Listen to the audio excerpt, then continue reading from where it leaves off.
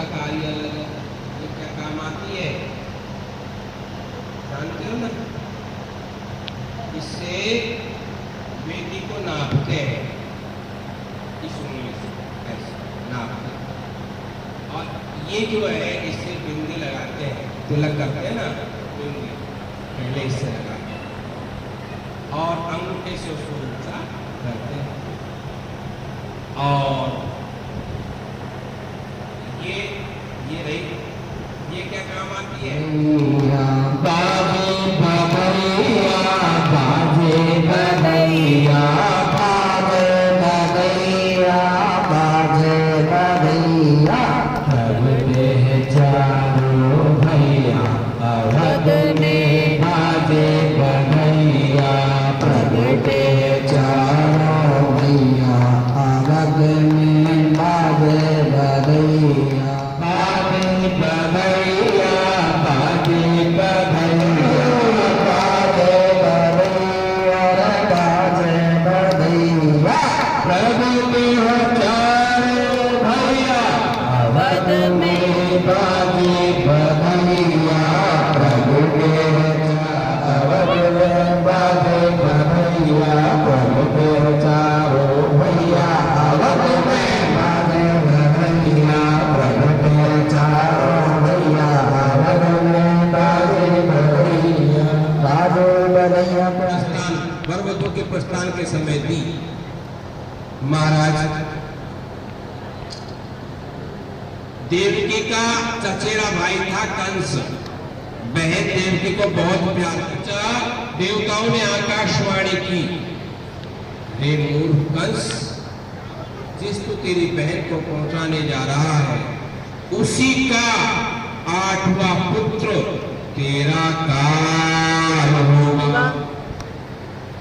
अब कंस ने रथ को रोक दिया और बहन की चोटी पकड़कर गर्दन काटने लगे, लेकिन वसुदेव जी ने हाथ पकड़ लिया और कहा कि हे शूरवीर, हे राजन, आप जो कहते हो करके छोड़ते हो, लेकिन आपकी बहन आपके डर के कारण अचेत हो रही है। आप इसको खत्म कर दोगे तो आपकी मृत्यु का कारण कोई और बन जाएगा। इसलिए मैं वचन देता हूँ, आपकी बहन से जो भी संतान होगी मैं आपको सौंप दूंगा, आप होते ही खत्म कर देना। तो कंस ने सोचा कि वसुदेव जी झूठ नहीं बोलते, तो उनको कारागृह में डाल दिया। वसुदेव और देवकी पहरेदार खड़े कर दिए, बालक होते होते सूचना दो। और महाराज इस प्रकार से जो भी पुत्र होता महाराज उसको वसुदेव जी कंस को दे देते। इस प्रकार से 6 पुत्र कंस ने खत्म कर दिए। 7वें में शेष जी, शेष जी महाराज आ गए। अब भगवान ने अपनी माया को आदेश दिया कि हे माया, तुम 7वें गर्भ को निकाल कर रोहिणी के गर्भ में स्थापित कर दो। वसुदेव जी की दूसरी स्त्री है रोहिणी, जो कंस के डर से गोकुल में रहती है। तो इस 7वें गर्भ को निकालकर रोहिणी के गर्भ में पहुंचा दो। इधर मालूम हुआ गर्भ खंडित हो गया। अब भगवान 8वें गर्भ में आएंगे और भगवान ने आदेश दिया अपनी माया को कि तुम जसोदा जी के कन्या का जन्म लो। वहां भगवान की माया जन्म लेगी कन्या रूप से, है ना।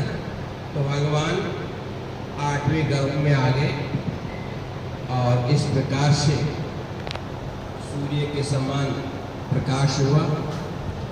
अब कंस ने देखा कि मेरी बहन की पेट रूपी गुफा में मेरा बैरी बैठा हुआ है, अब इसे खत्म करता हूं तो नरक में भी जगह नहीं मिलेगी।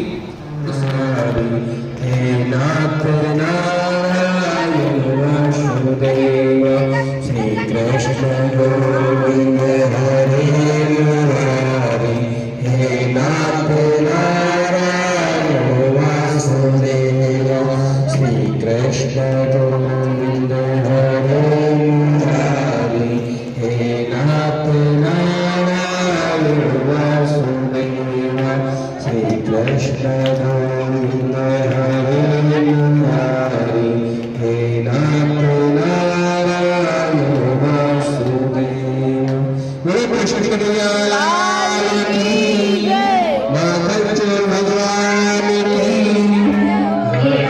जोर से सभी।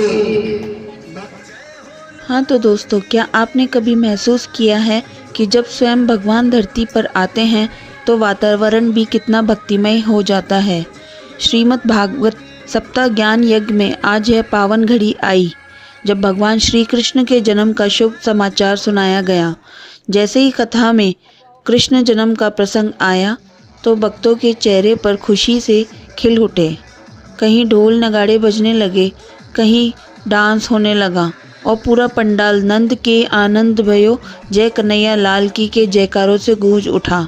ऐसा लग रहा था मानो आज स्वयं नंद लाल भक्तों के बीच पधार गए हों।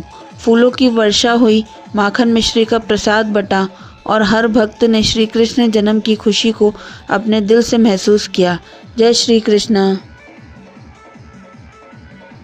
कृष्ण जन्म का उत्सव भक्तों ने खूब हर्ष और उल्लास से बनाया। खूब नाचे गाए, धूम मचाई और प्रसाद का सेवन भी किया। उसके बाद भक्तों ने अपने अपने इष्ट प्रभु के दर्शन किए और उनको भेंट में बहुत सारी चीज़ें भी दी।